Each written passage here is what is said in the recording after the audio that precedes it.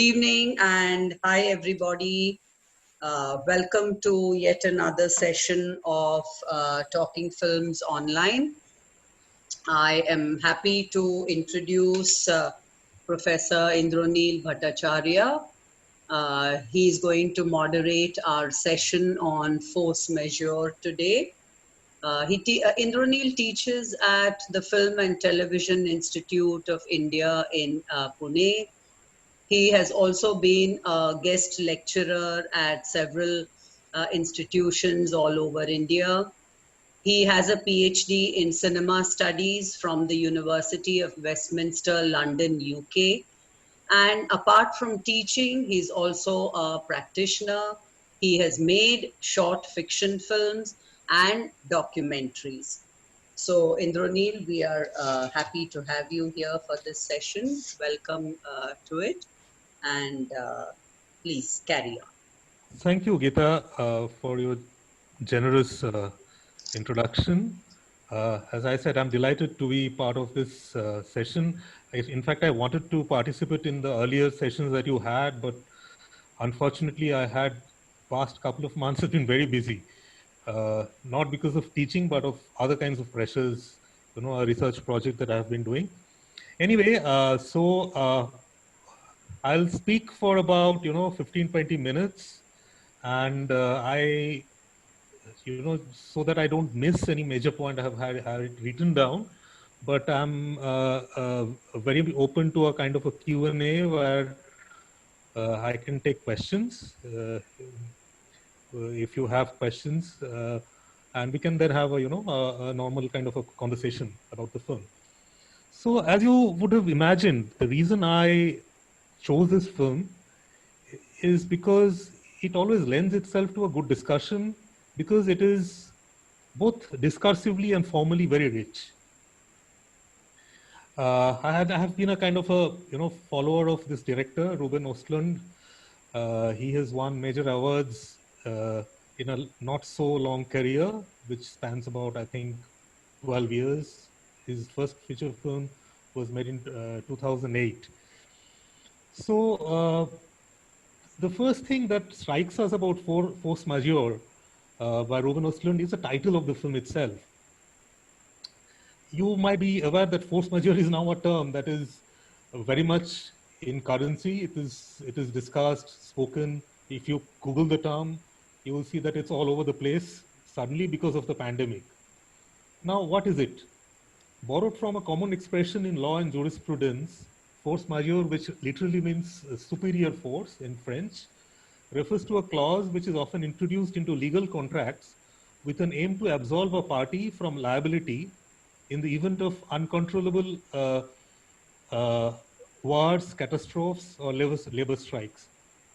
Ordinarily, the clause is invoked when events outside human agency, such as natural disasters, earthquakes, floods, hurricanes, or the so-called act of God. Recently, you would have heard our finance minister talking about act of God, when she said that, why central government is not able to share its GST revenue with the states.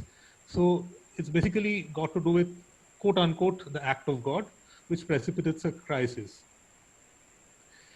Ruben Östlund borrows this concept, deploying it in an ironic sense, almost in the manner of a social experiment. In fact, you can look at this whole film like a social experiment. To see, I mean, the director is trying to see if contractual obligations implicit in human relationships are rendered invalid in the case of an unforeseen calamity. But then, could familial relationships be equated with contracts? Are these duties and obligations which are inviolable and sacrosanct? What do these roles and duties reveal about human relationships? Do they make unrealistic and gendered demands on how we understand and embrace relationships? These are the kind of, moral ethical questions which are posed by this film. The narrative introduces us to Ebba and Thomas, a seemingly well-off Swedish married couple with two adorable kids. They have arrived at a ski resort somewhere in the Swiss Alps, a hard-earned holiday for them to rejuvenate and renew their bond. This family's vacation in this spectacular location is shaken by an unforeseen event. You know, it was supposed to be a very happy, cheerful holiday, but you know, fate had other ideas. So while having breakfast in the hotel's scenic open air restaurant, the family witnessed an avalanche coming down the mountain. Initially appearing harmless, the avalanche assumes threatening form and seems lunging towards the restaurant. Guest starts fleeing in panic. Thomas being one of them. You know, you must have seen that scene. You know, very astounding. Thankfully, no damage is done, and it turns out to be a false alarm. As it landed near the restaurant, the avalanche was anything but dangerous. It was human controlled and one of the many triggered artificially to ensure there was enough snow on the skiing ground. You will see throughout the film, you know, these explosions taking place in the snow-capped, you know, mountainside. The purpose of these explosions is to dislodge the snow from the mountains so that they come and settle on the valley. And during the night, they run this kind of, you know, bulldozers which flatten the surface. Basically, the whole idea is so that there's enough snow on the skiing ground. Now, you know, so the disaster, and interestingly, this film has often been called a disaster film without a disaster. Well, I'll come to that later on. So this disaster is a bit of a, you know, damn squib. Physically unharmed, the family is shocked and confused by Thomas's bewildering flight from the scene without first ensuring his wife and children's safety. You know, as human beings, as husband, you know, as a partner or a father, one is kind of conditioned, hardwired to first ensure the safety of your family. But Thomas does something very bewildering. He runs off. For Eba, who's a woman who is morally committed and entrenched in marital values, this is a betrayal. And her simmering anger affects the children as they brood and sulk through the ski sessions and over meals with the couple's friends. Now, Thomas's perplexing behavior during the avalanche is brought up again and again by Ebba. And while they are with friends and during private moments with her husband, she's disturbed and angry, and her attacks on Thomas grew fiercer. You know, it almost assumes a very boring predictability, as you know that, okay, now, you know, she's going to start again. You know, she keeps attacking Thomas again and again until Thomas breaks down and wails uncontrollably while admitting being a victim of his own baser instincts. You know, this phrase has to be noted here. Thomas's meltdown seems to pacify Eba, but creates a problem of a different kind. The family now has a kind of a known culprit. You know, there was an attempt to fix culpability. I mean, that was what apparently it seems that Eba and her children, they were upset about, because the Thomas didn't, you know, assume responsibility for his action, accept responsibility for his action. But now that he's turned a culprit, it becomes a problem, because he's also the quote-unquote father, the husband, the provider. So his ignominious admission of guilt also means that the patriarchal order underlining the happy family is also threatened. An attempt is made by Eva to restore her husband's dignity, especially in the eyes of the children, before the eventful holiday draws to a close. And you must have understood what I'm referring to here. It is that scene when Eba kind of apparently gets lost during the last ski expedition, and Thomas leaves the two kids to go search for Eba, and kind of finds her, and then, you know, he grabs her and he emerges out almost triumphantly out of the snow, you know, to show the children that, look, you know, I'm still the boss. I'm still the protector. Ostland's grim and cynical view of marriage and sexuality is visually underlined by a unique formal style, and this is where I, as a filmmaker, got so interested in the film. The form is very contemporary. It has a mise-en-scène which combines extended wide-angle shots, the tonal contrast between the vast whiteness of the snow-covered landscape and the warm but artificial interiors of the hotel, a slow unfolding of the dramatic action. You can see that, you know, the actions unfold very slowly over continuous shots. Actors perform intense scenes largely in continuous shots to avoid fragmenting scenes and to allow the emotions to flow freely.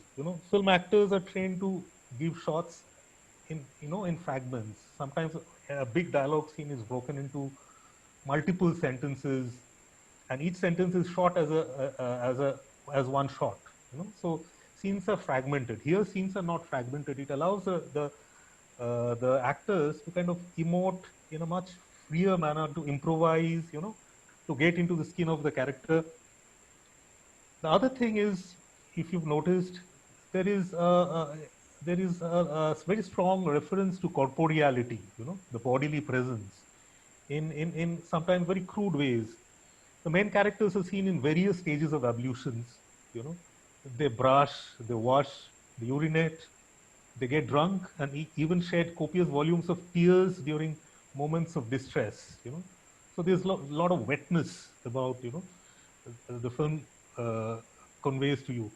The filmmaker is not addressing your eyes and ears, but drawing you into the diegesis through your other senses. This kind of film is often now described as haptic cinema, cinema which is very synesthetic. So it uses vision and sound to kind of address other senses, make you physically uncomfortable. So in this case, there is a haptic sense that is triggered by the shots.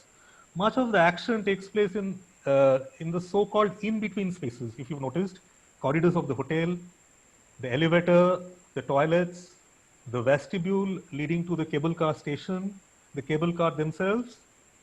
Force Majeure becomes a memorable cinematic experience because of its intriguing and astute sound design. Now, this part because that's my specialization also. Image sound relationship. So I was quite intrigued and charmed by the sound design. Mechanical sounds of various kinds add to the tension and anxiety in the scenes, sonically conveying the character's state of mind. Sounds of the explosions in the snow, mechanical sound of cable cars and funicular, whirring of vacuum cleaners, the buzz of electric toothbrushes are all exaggerated above naturalistic level. So, when you record something and put it in a naturalistic way, their levels for the kind of sounds that you experience here are not supposed to be so high, but they're amplified, amplified with an intention to kind of, create some kind of nervous anxiety, or to convey the nervous anxiety of the characters into the viewers.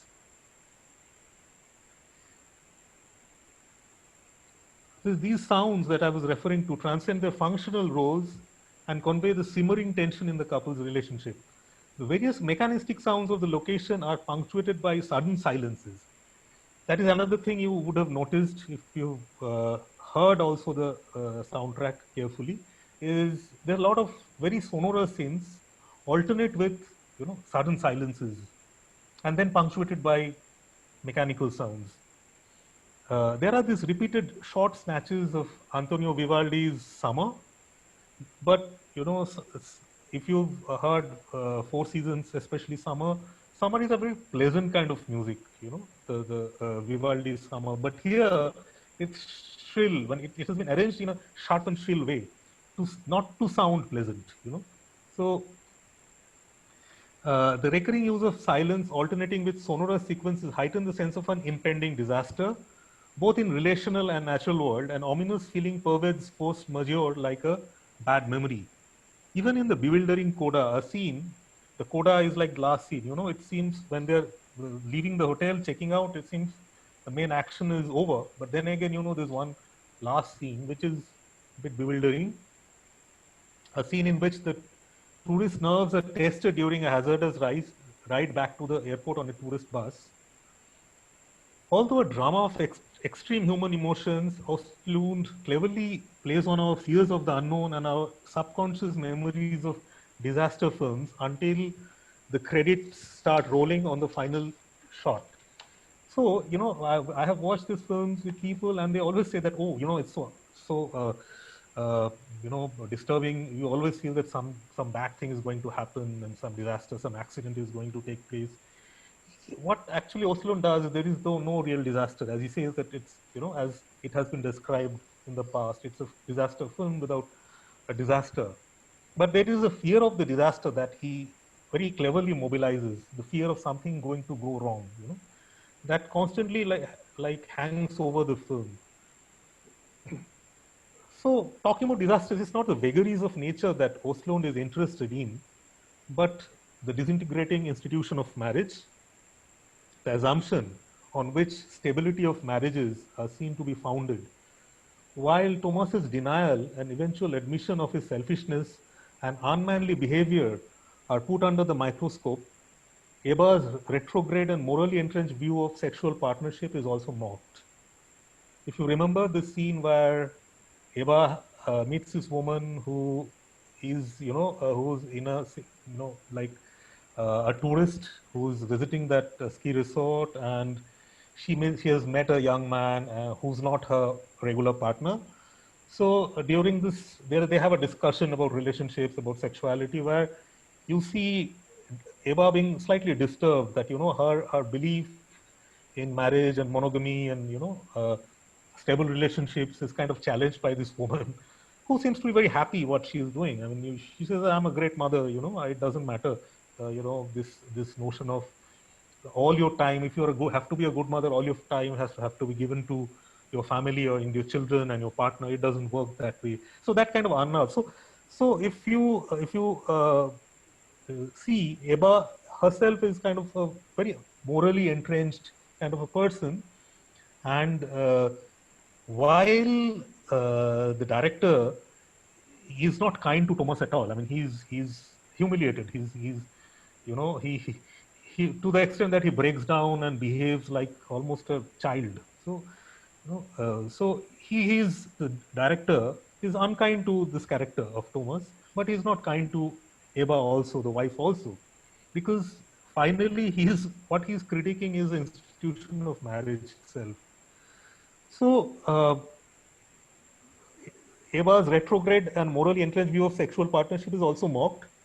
Relationships are inherently fragile, and all it takes is a for disaster to expose it.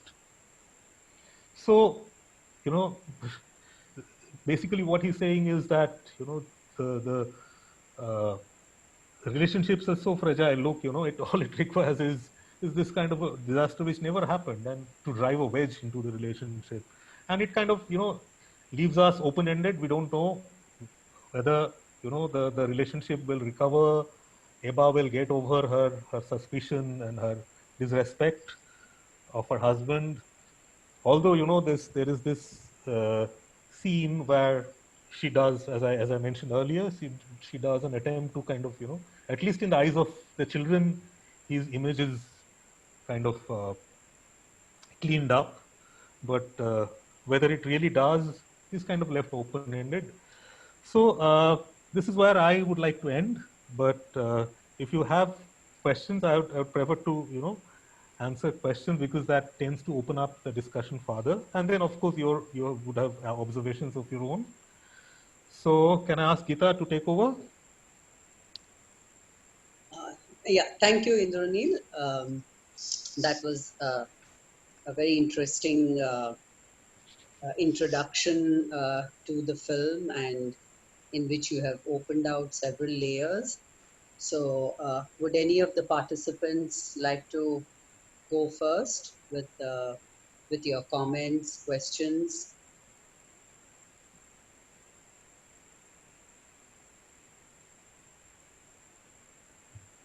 Anyone?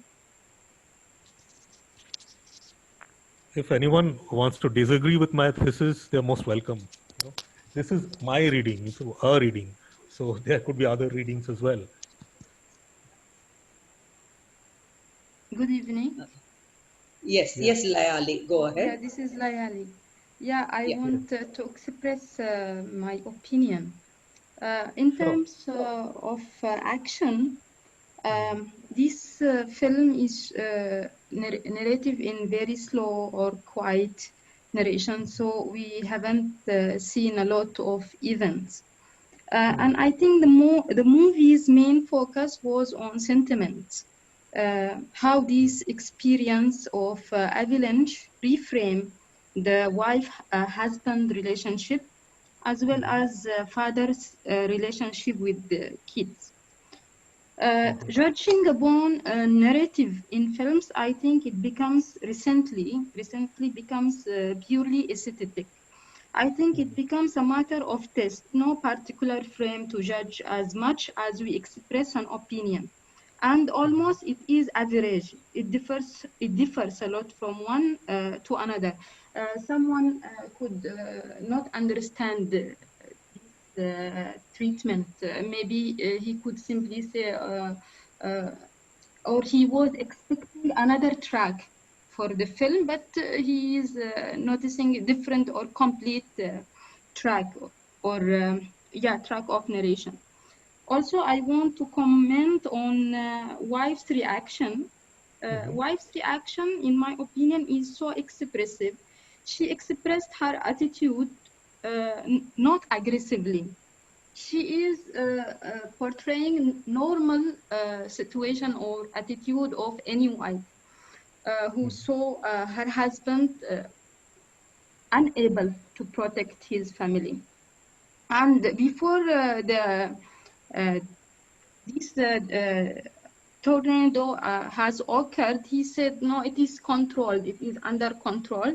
Then he showed careless situation, but we cannot attribute his situation as a mark of egocentrism, because just when we find ourselves in such stressful situation or condition, we can easily become advisable, or we can blame, or if you could act like this, it will be, but we cannot judge until ourselves we become in the same situation. Hysterical tears of Thomas. He break all the. At first I did not recognize his role. The visible character for me was the wife. Wife was very visible in terms of performance. I saw her very visible.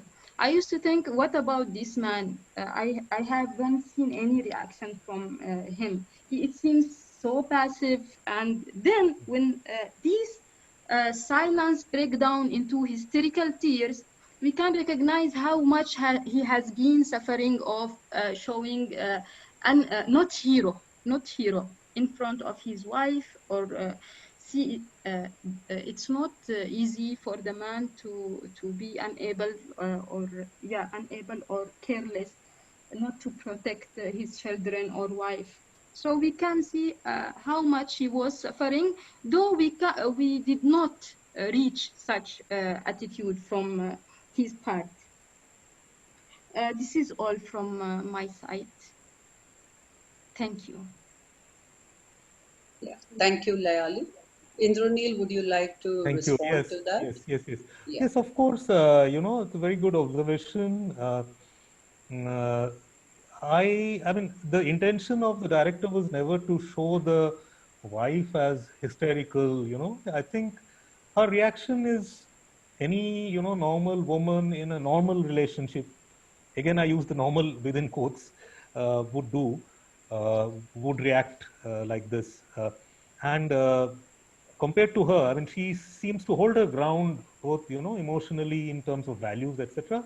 Her husband seems to be kind of is a more hollow kind of a person, in the sense that he doesn't have any values entrenched, of course, because this kind of thing doesn't happen just like that. It has to be, there is a kind of element of selfishness about him, and his whole breaking down is also, if you see, there is a design to how he breaks down. It's almost, there is a design to it. I mean, of course, he feels cornered when he didn't expect his wife to be so assertive, and he feels cornered. But there is also a kind of, there is a kind of play acting in this whole the so-called man cry thing. He's just his breakdown in the end. It's also a kind of element of design in that. The other interesting thing, I mean, I kind of talked briefly about it in the beginning, is whether our expectation of relationships are gendered. That the man has to be protected, the protector and the provider, and the woman has to be, more of the nourisher. Whether that reaction is gendered, or also, coming back to the title again, force majeure, whether when survival really matters, then all these assumptions kind of are swept away. In fact, there is this idea that, this kind of guilt of people who do not act in a moralistic way, even if it could cost their lives. For example, during the Holocaust and the Second World War, when Jews were rounded up in European cities, by the Nazis and sent to concentration camps, there have been instances when their neighbors who are non-Jews, they they hid their neighbors, often at the cost of their own lives. There are times when they didn't do, there are times when they actually colluded with the Nazis, but there are times when they were neutral. They just, they could have helped their neighbors at some kind of personal risk, but they allowed them to. So when after the war, these people were identified and they were shamed, rightly so, So, but then again, there is this guilt that is inherent, uh, which is what is problematized by the filmmaker, that when it comes to one's own life, you know, uh, can a person be held responsible? You know, so that is where the entire contractual part of it comes into play. So yes, if anyone else has something to add to that. Sanjay, This is yeah, Sanjay here. Yes, yeah, please go ahead. I have a question actually. Yeah. This is regarding the scene where these four people, I mean the children also, they are having dinner together. Mats, Right. Fanny, Thomas, and Eva. Yeah. Then this Eva is standing, but the camera doesn't show her head. It shows only her body, the rest of her body, bust and below. And after that, and they are just exchanging some minor things. She hasn't yet talked about the avalanche that she comes to later. Then she goes to the kitchen, and camera shows only her back, and then for some time sideways also. Then she comes back and sits on the chair. Again, camera shows only her back. We see only her back, and then and meanwhile in the kitchen when she goes there, we have seen that she is arranging knives. All these things, what do they mean? And then she starts talking about avalanche, and then Of she course, doesn't stop. this slow build-up of her anger and anxiety. I mean, her first reaction probably would be to keep quiet and let things be. But then when she speaks to her husband and realizes that he is kind of in a denial, so this basically, no, I mean, when heads are cut off, it's not a normal kind of a cinematic composition. So in cinema, you are always told to show the whole body, but there are instances where heads do get cut off. So I think this is the entire thing is to show a build-up within her of emotions. I have to, I mean, actually graphically see if there are any more layers visually in it. But I'm reminded, if you've, in terms of cinematography, the film is very well done, especially the scenes in the toilet.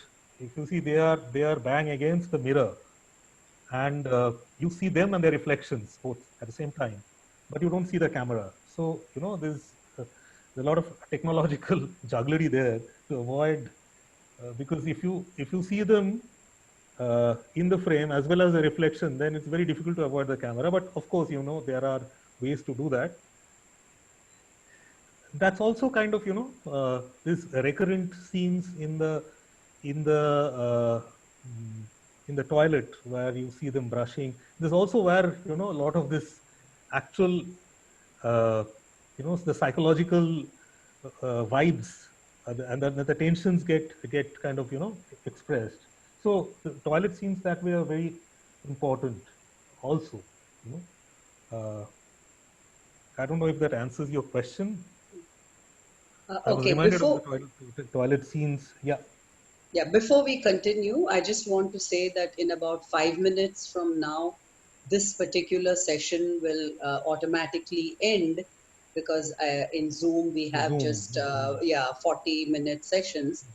So please, when this session ends, please log back through the same link with which you logged in earlier. So that's how it If works. sometimes they allow you 5 or 10 extra minutes, maybe by then we could even conclude it. I don't know. I have time. It's not that I'm in a hurry, but do Yeah. let me know. No. We will log back through the same link Okay. and Okay. continue Sure. because there are a lot of other participants who would also like to speak. Okay. Sure. Sure. Yeah. But we'll continue till it goes off automatically. Sure. Yeah. So anyone else would like to say something? Geeta, can I come in? Yeah, please come in. Yeah. Um, so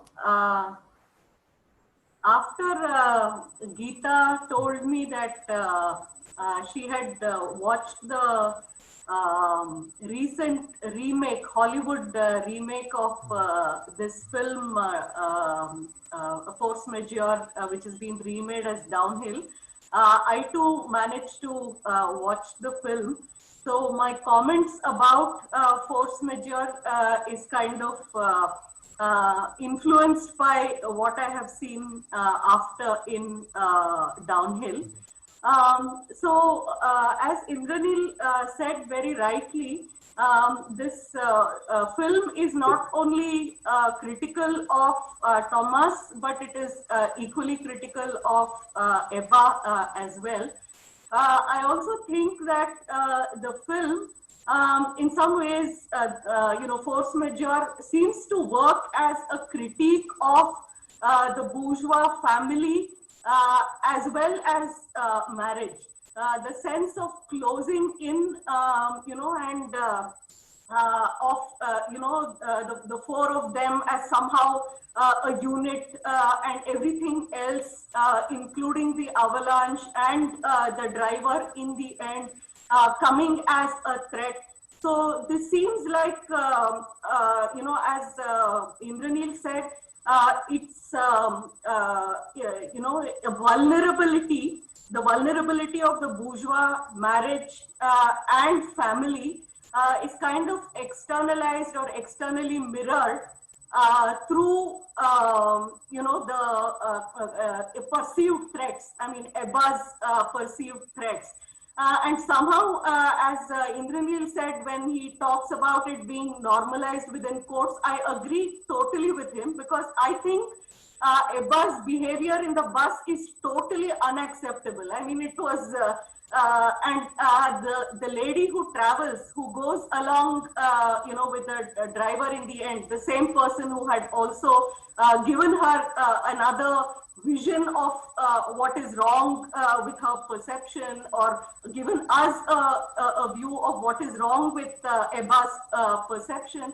I think that last portion, that episode in the bus, helps us to critically evaluate and re-look at Ebba, in some ways, not as someone who is rightfully, outraged by her husband's behavior, but as someone who seems to, kind of have these kind of unrealistic expectations necessary to protect herself and her family, perceiving everyone, outside as a threat. So all that somehow seems to me that this particular film, this is something that I got to know after watching Downhill, where it's completely turned into a Hollywood marital melodrama, whereas this film is so subtle and works really to critique the institution of both family and marriage, and the kind of closing in, that the relationships kind of suffer. So there is a problem with that. Not a problem with the institution per se, and the individuals themselves in some ways are playing out fairly, I mean, the values that they seem to operate with are a problem rather than the individuals or the characters per se. This was my own take on the film. Very nice observation, Nicola, especially. So, yes, I think, Nicola, I think your observation about the bus and the fact that finally the woman who remains in the bus is that woman with whom Eva had that interaction. That's also a very telling comment itself about, this alternate possibilities that we have as opposed to the conception of the bourgeois family and its inherent anxieties, and largely that in the West, not so much in India, that marriage is a crumbling institution. I mean, there are no two opinions about it. People are in civil partnerships, people are having children, but they're not married families in the way we understand, both in the West and in India. So, yes, and the fact that the Eva's reaction to a lot of the things is conditioned by this value system within which she is kind of entrenched. So that is, I think, it's a very precise reading of the film. And I have not watched Downhill, but I could imagine, Hollywood basically operates on stories, so here the story moves very slowly. There's a lot of, things that happen, there's a lot of texture. So possibly Downhill doesn't have all these kind of textures, the visual and the oral textures that lend so much power to the film, because Hollywood would just take the story, yeah, and you'll add a little more melodrama or masala, as we call it, and make it into a gripping film, possibly, in a certain way. But possibly, I don't know, they would bring in ex-partners, so that these two other couples would probably be former partners. I mean, that is how Hollywood has changed films in the past. So I don't know if it's something similar in Downhill. And then again, no, yes, please.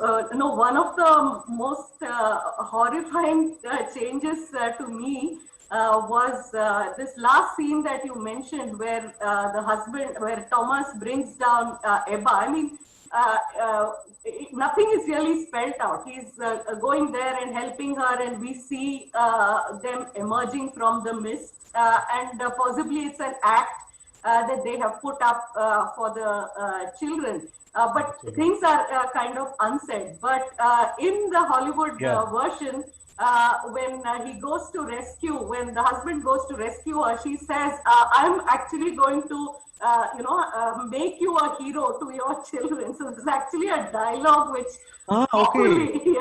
which takes away the power of the film. Yeah. So because even when I say this reading, that it's probably, probably it's a play acting, but it may not be, Yeah, right. So the ambiguities are kind of completely destroyed by kind of fixing meaning in this fashion, and giving explanations to various things which are somewhat unpredictable and give it a kind of mystery. So we don't know, for instance, that party scene.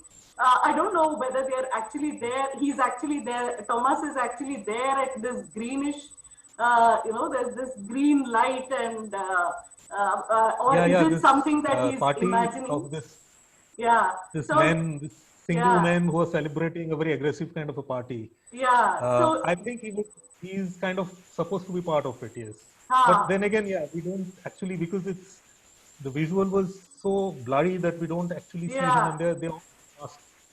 And at the same time, he's also sitting outside the corridor. So is it something that he's kind of imagining, or is he actually there? So things are very ambiguous, and nothing is spelled out very clearly in force majeure. Whereas over there, an explanation is given for everything that happens.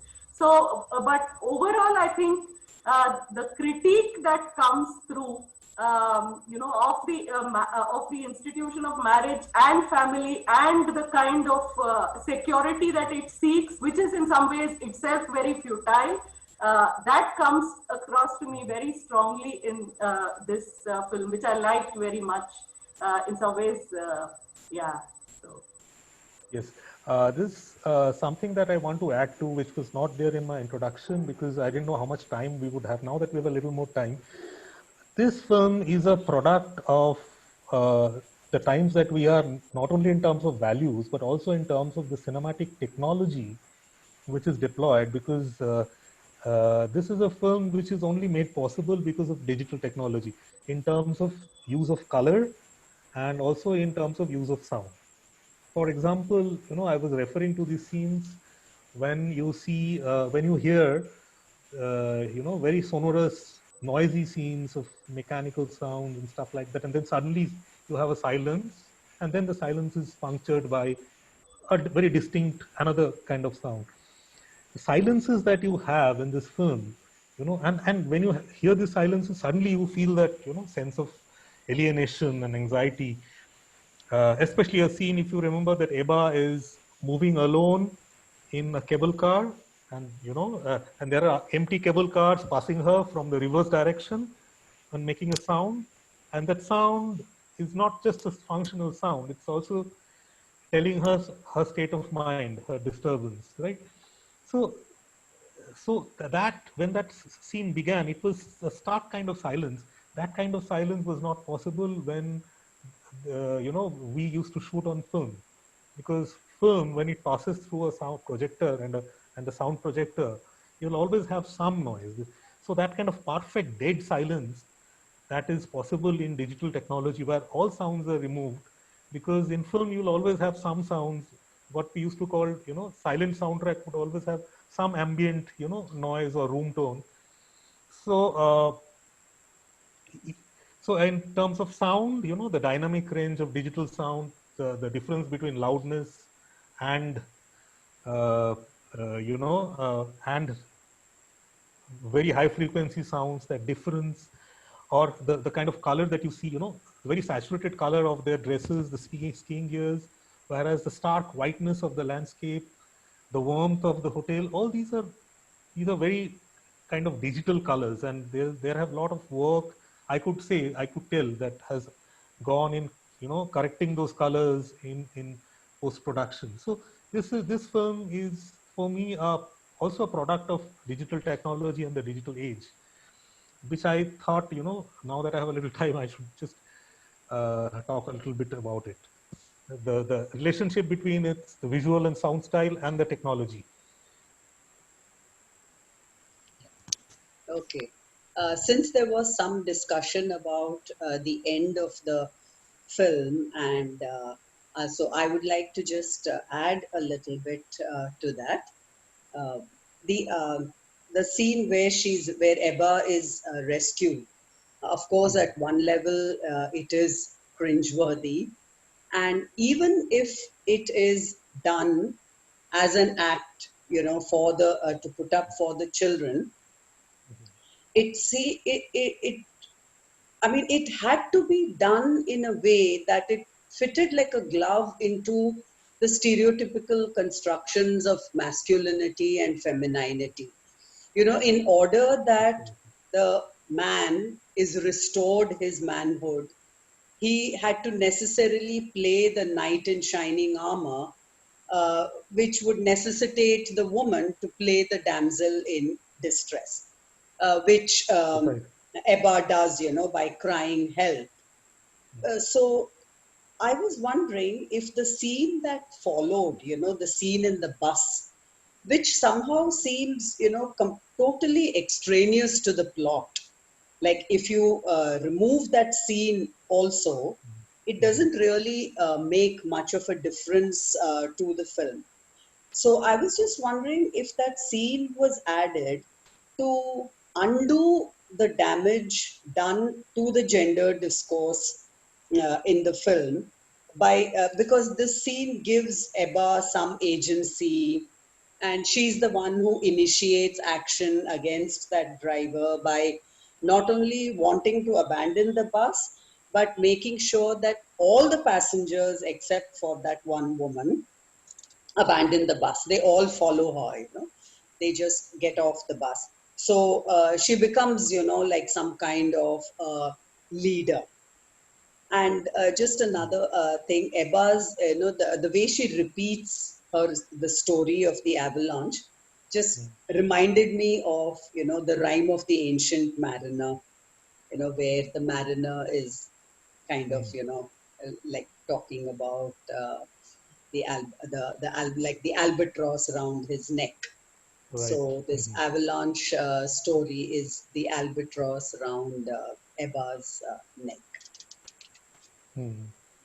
Thanks. That's very enlightening, Geeta.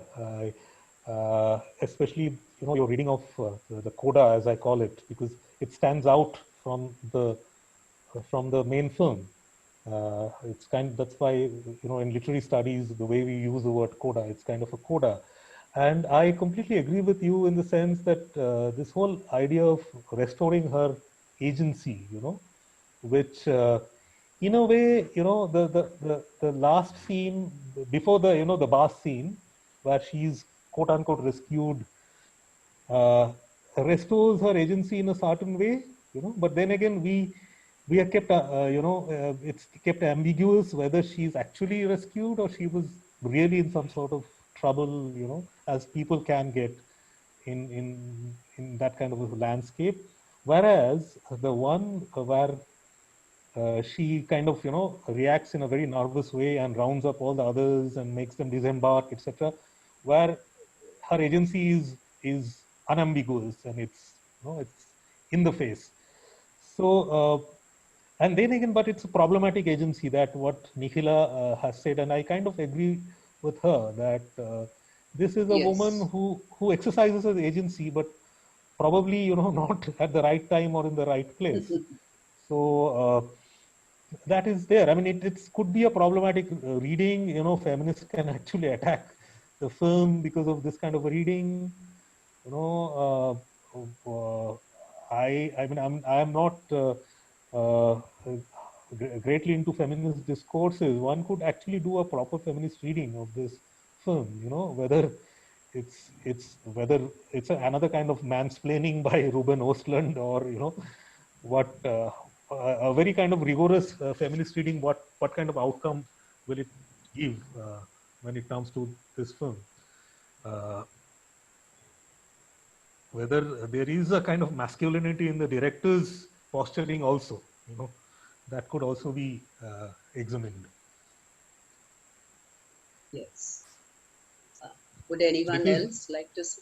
Yeah, sorry, go on. No, I just, because finally a film is a figment of the imagination of the director.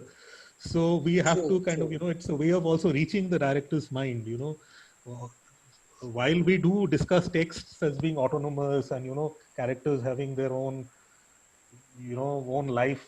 But then again, these are all created by the director.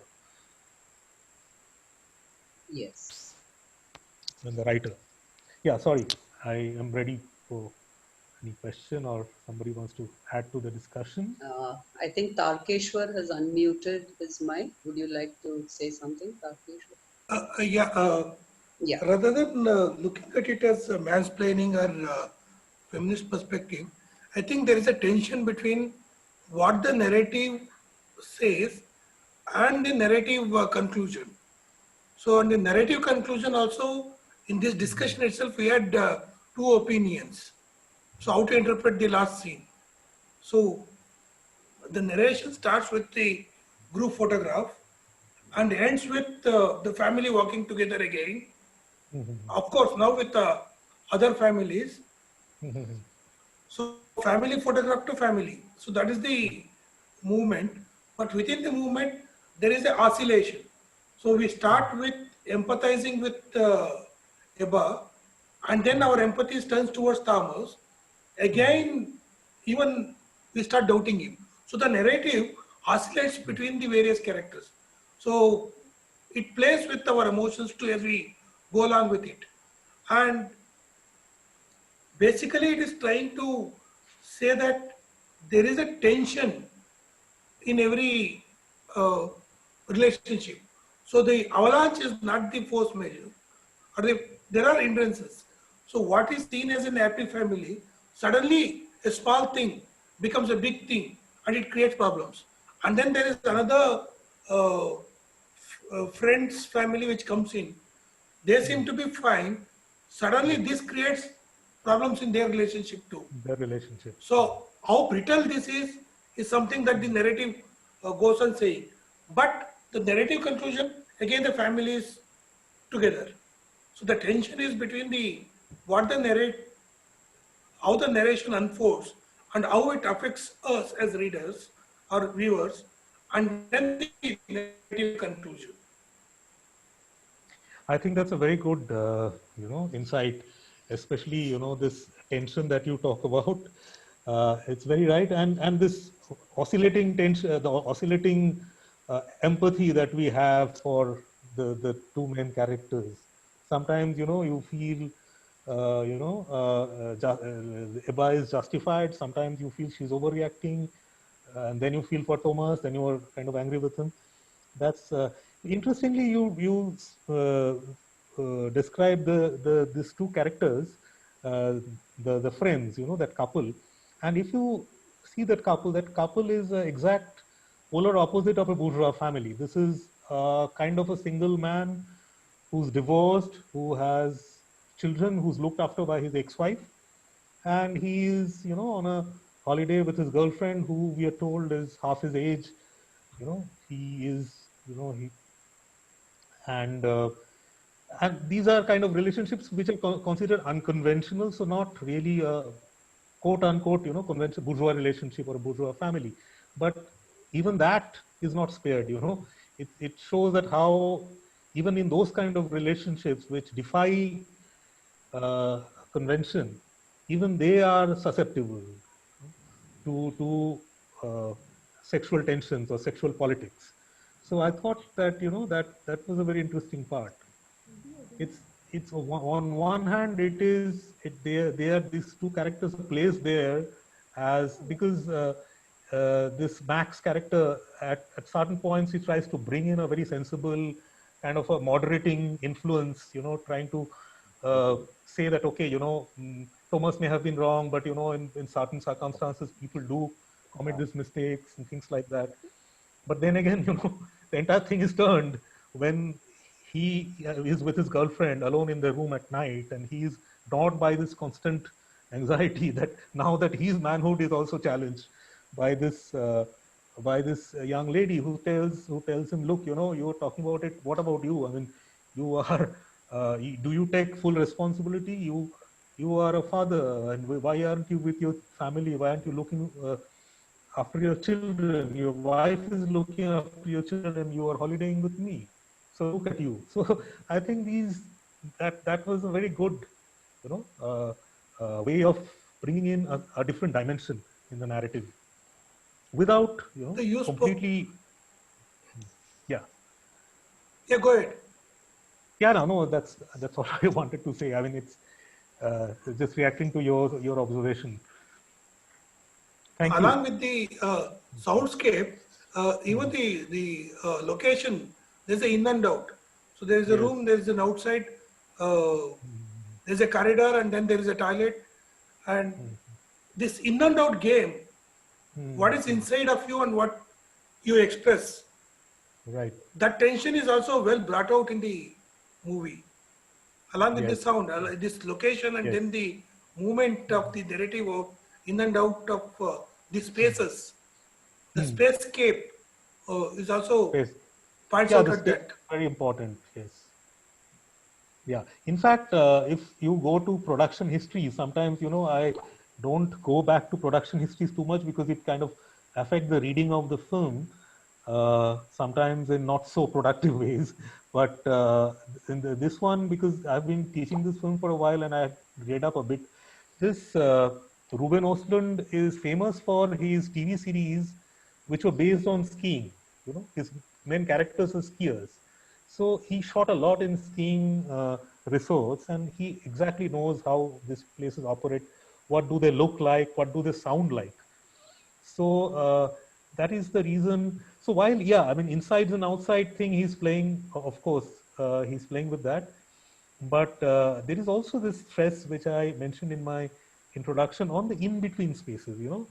For example, he has his meltdown outside the room, you know, and the same guy who, this janitor, who's always curiously looking at them, in the first instance, when they're having a normal conversation, he looks at them and they said, oh, you know, we are trying to have a private conversation. Come on, I mean, they are in a public space. It's a common space. And, you know, and this guy is just there. So they react to his presence. Later on, you know, he has a complete meltdown.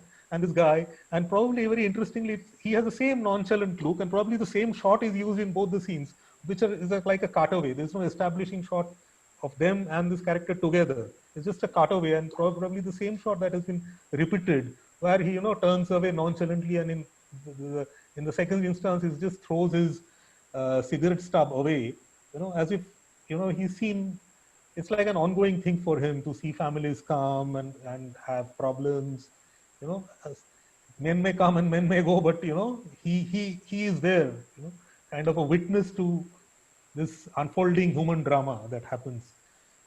I also thought that was a very interesting part. So in between spaces like the corridors, you know, those stations where they have to board the cable car, the vestibule, the kind of corridor that leads to the cable car, where a lot of these kind of actions happen, actions or non-actions, because they're not talking, they're just there, they're thinking, and the camera stays on the face. If you notice that there's hardly any close-ups in the film, barring, I think, one scene where after she goes alone, Ebba, she disembarks from the cable car. Before she goes on the ski, she kind of sits down and, you know, relieves herself in the snow, and then tears start trickling down. That's only when, you know, you kind of get a proper close-up of the face. Whereas we know that in films, close-ups play a very important role. I mean, because faces express so much all the time. But here, you know, close-ups are almost, not almost, they're totally absent, barring that one scene. And most scenes are shot in, you know, wider angles. I thought I'll just add that. Would anyone else like to come in at this point? I think Chandrasekhar has unmuted his mic.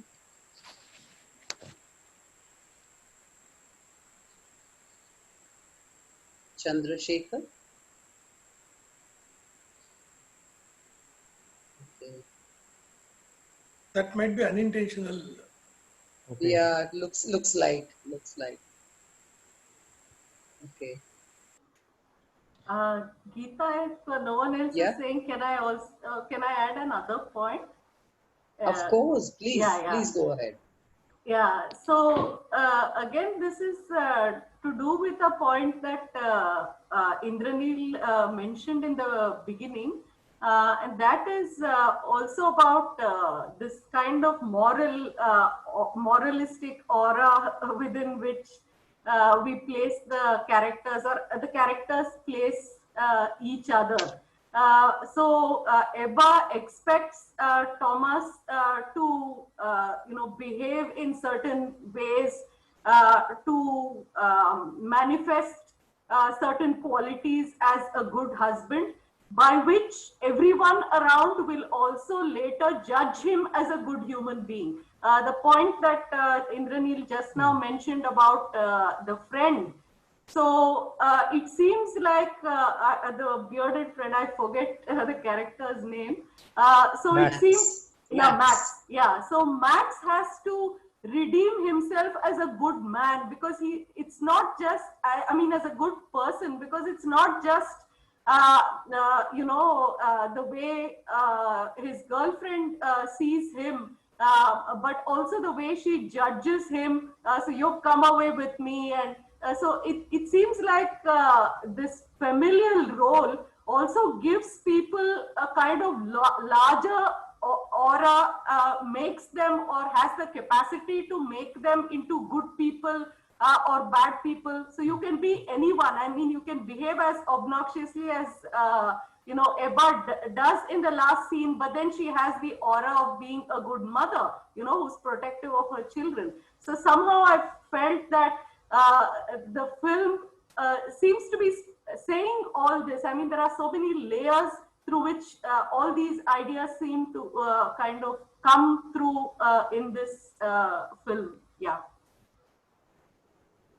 In the same token, if Ebba had abandoned the children and run away, picking up her phone and her gloves like her husband did, I think everyone, the audience as well as the film itself would have been, I guess, far more critical and far more judgmental without a trace of forgiveness even. Perhaps that again is, like feeds into our very ways of thinking about gender roles. This is Sanjay here. Yes, hi. Yeah, go ahead, Sanjay. Yeah, actually, to respond to Geeta, actually, she does that. By the end of the film, she does that. She insists on stopping the bus.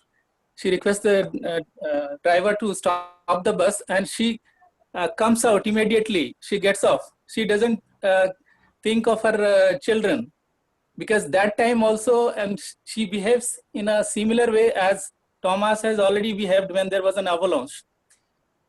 So it seems that she has forgotten that there are children inside the bus, and she should have taken her children first and then come out of the bus. So it's basically about the vulnerability of the human beings. It's not about like how, of course, the husband is supposed to play the role of, a hero as as chief of the family. Thomas is not able to fulfill that responsibility. But the point is, when we see the title of the film, the international title is Force Majeure. And as you have already explained, Indranil has already explained that, in the legal terms, what it means, that when there is a kind of catastrophe, then you excuse the person from the responsibility. You are not, even if you do not fulfill the responsibility, like some people are saying whether pandemic is that kind of situation. So if you are not able to fulfill your responsibility in a contract, if it is at all a contract, that's a different issue, because already Indranil raised that. But the title, we have to go by different titles. Like in English, in international title, it is Force Majeure, and the original title is Tourist, which seems to be very neutral to me. But Force Majeure has a particular angle. When you hear the title, there are certain expectations which are raised in the mind of spectators. So it's a kind of situation on which happens on ski day 2, when there is this avalanche. So this is a particular situation, and in that situation, how the character behaves, his so-called character, within quotes, is based on his reactions to the given situation. So that in this film, there is no backstory. We don't know that how was this character as a child, or so many things, conventionally built up as a form of character, before the modernist novels, typical classic 19th century novel. So you know that, okay, this character was as a child like this, what events happened in his or her life, earlier, and this character behaves like this. So that becomes an essence of that character. But here, this essence is not that important, but how, when you exist, and in a particular given situation, how you tackle that, how you behave in that particular situation, that by that you are marked. So this, unfortunately, this Thomas is marked by that particular behavior, which is in a given situation of avalanche. So again, like, in a different situation, he is able to rescue his wife Ebba. And even the child, when the child is walking, then he says that why you are, you might have fallen there. He is protecting. So it's like about human vulnerability, that there are certain responsibilities, tasks which have been imposed on us, and we are supposed to behave in a certain way, but we are all vulnerable, we all have weaknesses. And how we behave in a given circumstances, by that we are known. And that can be changed. It is not like, it's the essence versus existence. Yes. Yes, it is not fixed. So another situation which arises by the end of the novel, by the end of the film, that this Eba, she gets down immediately. She doesn't think about children. She could have thought.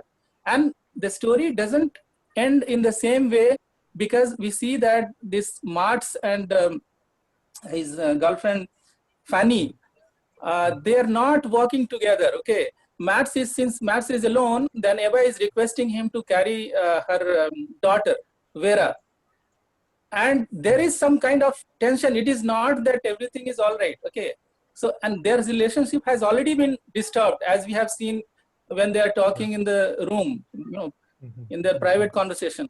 Yeah. So something has changed. They have realized that, and that is why in the past this Martz is behaving, he's saying that, please let the children and women first come down, and yes, exactly. And then, I wanted to say don't get panic. Don't get panic. And he's the one who has given this theory in the film. If we see that, and he evokes that incident, Estonia incident, where there are 850 people, they died, and they all got panicked, and around 150 people survived while walking on the dead bodies, and they did not care for the children or the old people. So how, when we come to a survival mode, what is our behavior? That only the situation decides. We cannot fix the character. Okay, this person is good, this person is bad. When it comes to our behavior. Hello. I lost the sound. I think, yeah, he's Yes. back. Yes, yes. Yeah, go on, Sanjay. Yeah, that's all. Sorry. Yeah. And just to add, because these three titles, force majeure in international title, and tourist as an original title, which seems to be very neutral. Force majeure, the title about which we have already discussed, and then snow therapy, that opens another kind of interpretation. All these three titles, simply because they are the titles given to the film, and before the film, we see the film, we hear the title, there are certain expectations. So sometimes those expectations are fulfilled, sometimes they are frustrated. So I don't know if we can discuss about that. Why yes, these different titles were given. The title is a very important part. Snow therapy is the title given to the French version, and the international version is force majeure, and the Swedish original version is this one. Yeah, sorry. Tourist. Sorry. Yes. No. Yeah, of course, we can discuss the titles a little more.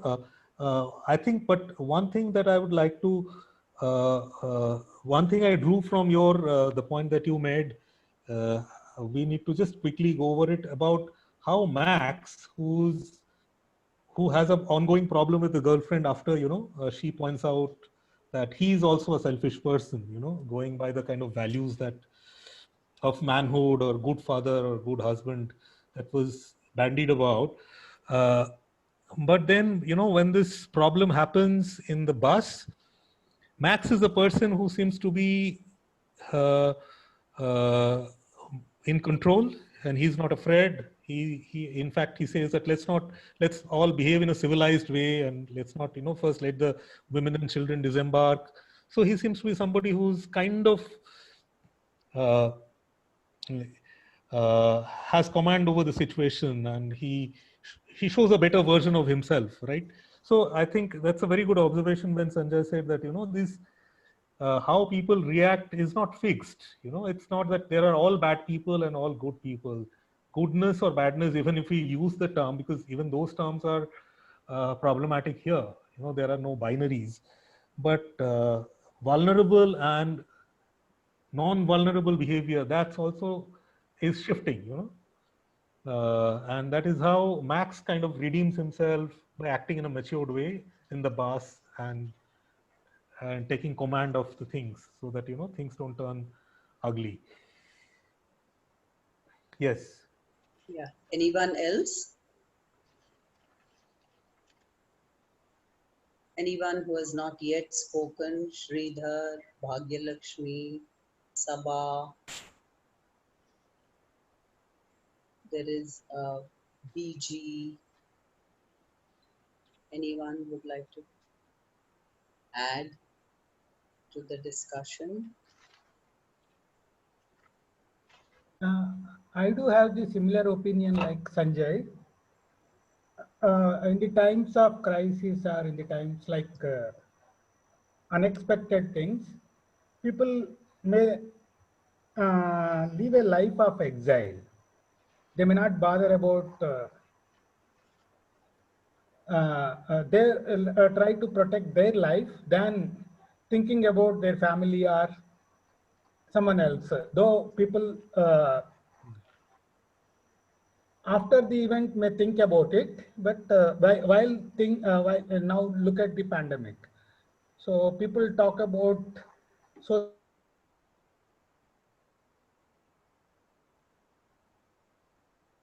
situation like avalanche. So when the people try to a kind of existentialism,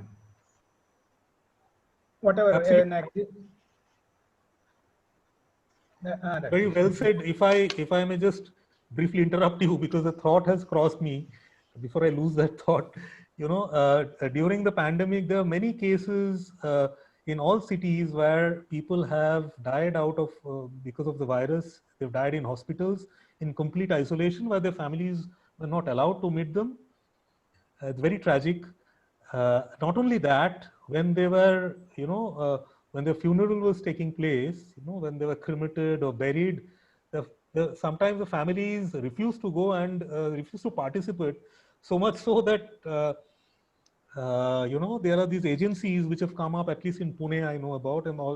There must be equivalents in all cities, because there's so many cases where families don't want to be part of, because they're afraid of their own life. They don't want to be part of the cremation or, the burial process, etc. These are now taken over by these NGOs who have volunteers in PPEs who do that. Of course, there are times the family do participate, but there are many times when the family just washes their hands off. So it shows that, it kind of proves this contention that in times of crisis, human beings behave in ways which are considered cruel, quote unquote again. Sorry, Sridhar. I thought I just... Sorry for interrupting. It is done. You are also of the same opinion. No, I thought of this example. It just came to my mind. Anyone else? There our critical thinking doesn't work. Rather, it's like Camus says, this one, and a life of exile people live. Than relationships and others, consent for fellowship or fellow men. This appears to be the dominant real human nature. It is. I think I just want to chip in here before essentializing that survival instinct is the basic instinct.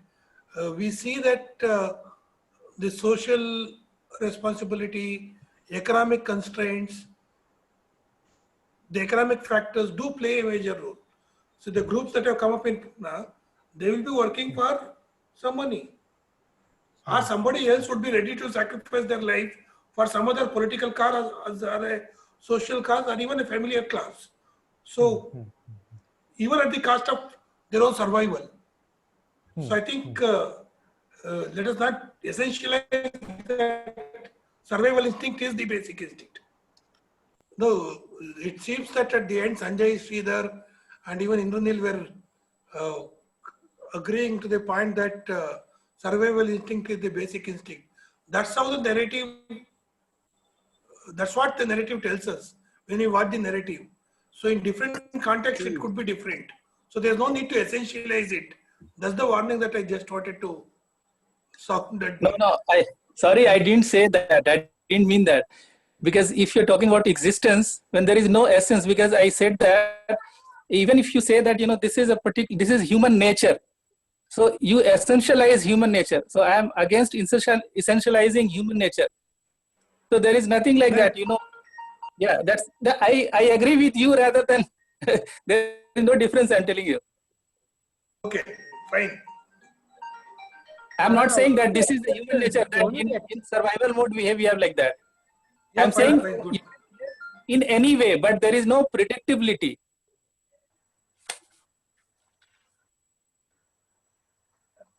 Tara, exceptions only, not universalization. It sounded to me like that, that's why. Yeah, No, actually, when I refer to, when I refer to modernist novels, there is no character, there is no consistent disposition that you can predict that this person will behave in a particular way. So you are judged only by the situations, and that you can change also in a different situation if you behave differently. So it can change, though there is no fixed essence. Yeah, the similar point I was trying to make was, in a narrative too, depending on what images are offered in what sequence to us, our perception of it, our conclusion that we draw from the narrative also varies. So the conclusion that we are drawing is limited only to this particular narrative. If there is a certain other manipulation within the narrative, the conclusion that we arrive at might also change. Even I wanted to stress that point, that's all. In fact, Max draws validation for Thomas's act by citing the example of the instructions given to passengers on aircrafts. Like before you put on, you have to wear the mask first, the oxygen mask first, before you help your children wear it.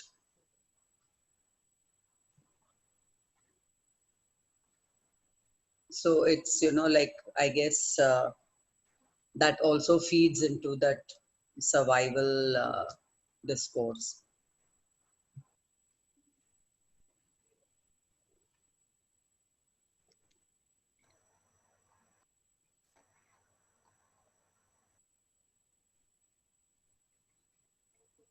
It's too tricky, that survival instinct.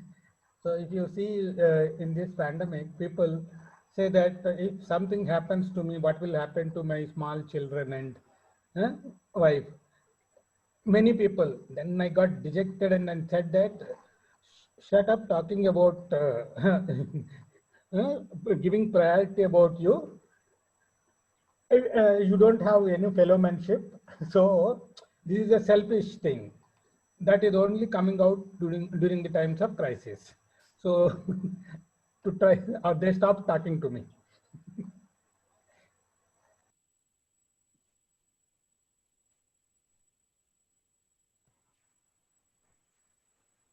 This structure of the film is also interesting.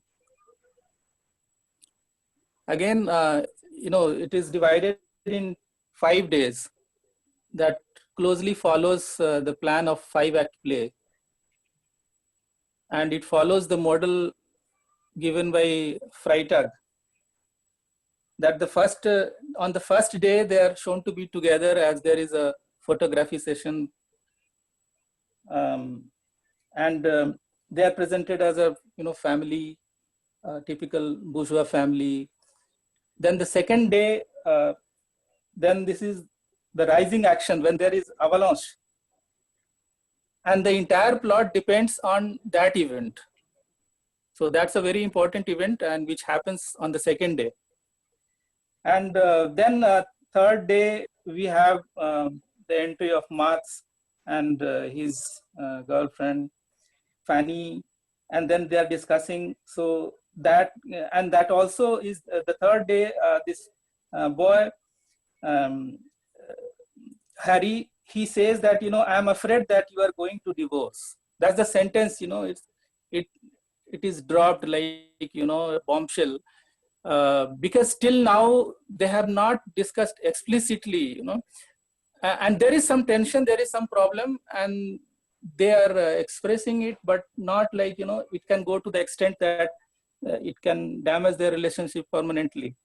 So when this little boy says that, you know, it becomes like a turning point in the plot. And then you have the falling action as the fourth day, and then the fifth day is like what we call denouement.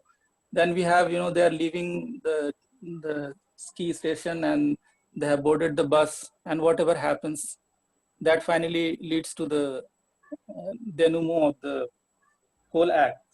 So that is, the whole film has been divided, like last time we were discussing, they were divided in different act 1, 2, 3, 4, 5. Here they are named as day 1, day 2, ski day 1, ski day 2, like that. And so it's very well structured in that way, which builds up that dramatic potential. Thank you, Sanjay, for bringing that into our notice, especially the child character and what the child says, that is actually, yeah, as you said, there's a tension between the two, but they're not thinking in terms of divorce. But the boy predicts it, and then it dawns on them. So the boy's statement accentuates the crisis further. So I wanted to make, I thought somebody would talk about it, but Sanjay finally brought it out.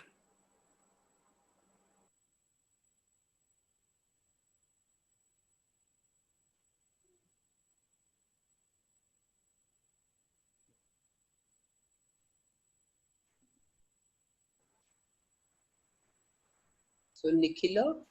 Yeah. No, I was just saying that in downhill, this structure is completely absent. Oh yes, so... yes. That is, yeah. That's a, and it ends with a waltz and all that. Yes. Yeah. I was also wondering about the music, that he has used Vivaldi's yes. Summer. Summer, yeah, though it is supposed... when it is winter, he has used summer. Yeah. Right. Yeah. That's true. But lovely music nevertheless. Yeah, but that heightens that intensifies the drama. Yeah.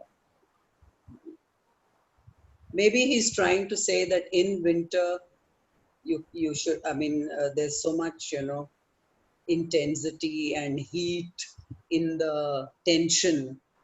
So for that reason, he uses the music of summer instead of winter. Yeah, but in fact, you see this kind of in ski stations, as there are artificial means of creating snow. Either you know, from time to time there is explosion, so which lengthens, you know, the period of skiing. Yes. So it is not only restricted to, let us say, December or January, but it can increase that period up to go into March, maybe February, March. Yes. Yes.